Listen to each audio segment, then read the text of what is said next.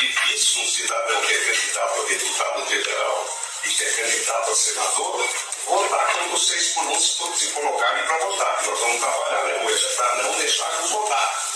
É isso que nós vamos fazer. Guerreiros da minha banda, essa é a voz de Valdemar da Costa Neto, mas eu quero começar esse vídeo aqui de uma forma diferenciada. Vamos lá. Sempre que alguém tentar encerrar qualquer debate com aquela clássica e automática pergunta, mas e o mensalão? Você pode começar com um fato muito simples. O Valdemar da Costa Neto, esse que estava aí falando, ele é atual presidente do Partido Liberal. Ele foi condenado a 7 anos e 10 meses de prisão no caso do mensalão.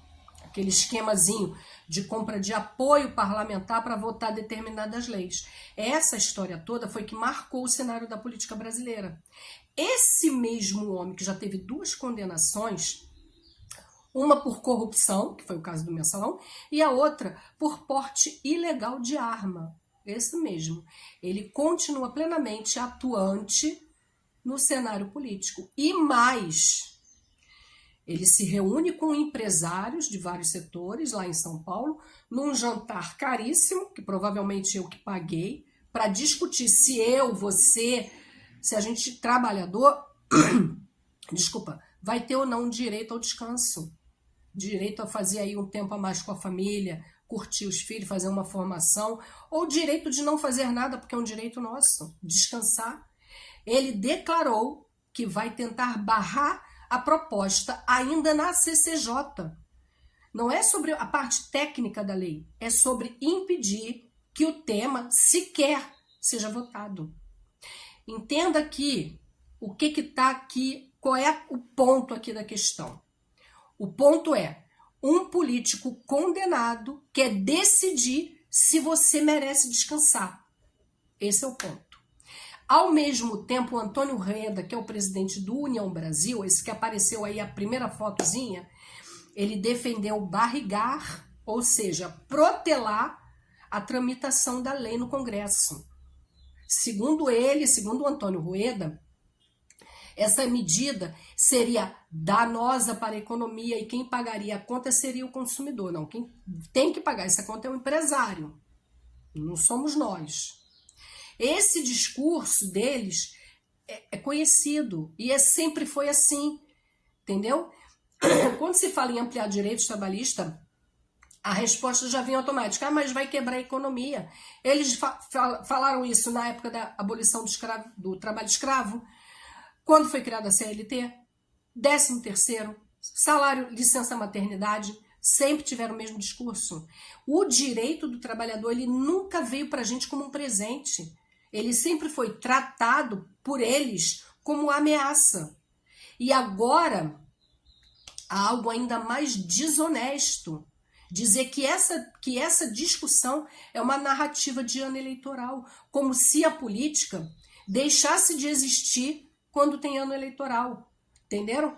Como se essa discussão que afeta milhões de brasileiros, como se ela pudesse ser congelada porque vai ter uma eleiçãozinha ali no calendário. Não dá para a gente esquecer como foi tratado o ano eleitoral 2018, 2022. 2018 foi só discurso de ódio, narrativa falsa, desinformação. Em 2022, a máquina pública ela foi amplamente mobilizada em plena disputa eleitoral. Então, vocês não me venham com essa história de que, mas é porque está sendo conveniente, então a gente está preocupado. Não, não me venha com essa história.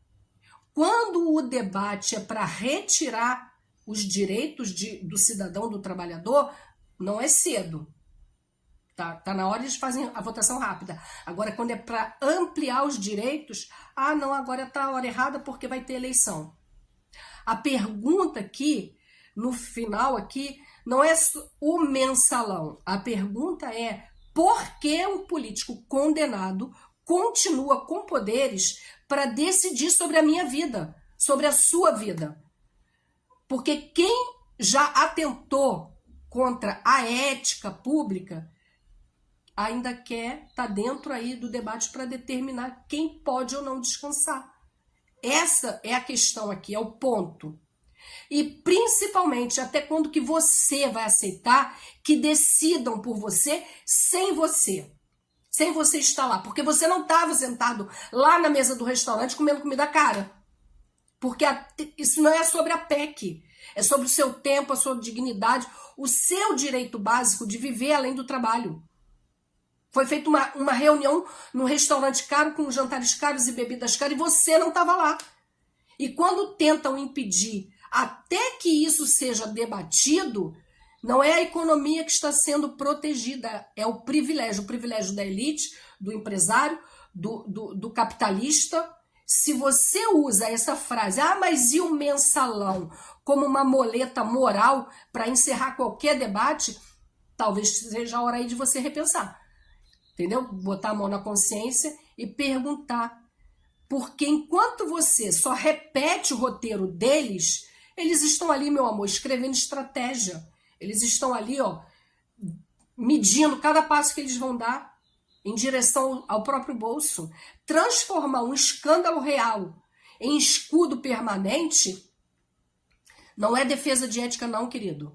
Isso aí é uma ferramenta de distração. Porque enquanto você aceita esse atalho automático, deixa de questionar o presente. E você passa a brigar eternamente por um passado. Você tem que parar e pensar. Será que você está exercendo seu pensamento crítico ou você está sendo apenas conduzido? Quem transforma você em instrumento da própria narrativa não quer um cidadão consciente. Ele quer te usar como combustível para ele poder chegar onde ele quer, onde ele sempre quis. E a pergunta que fica aqui é: você está debatendo sobre política ou você está sendo usado para empurrar aí interesses que nem são seus? Não são seus, são deles.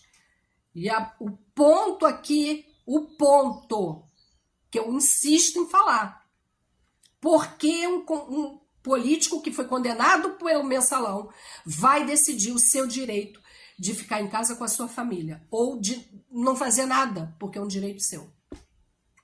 Vamos parar para pensar a partir desse ponto crítico aqui.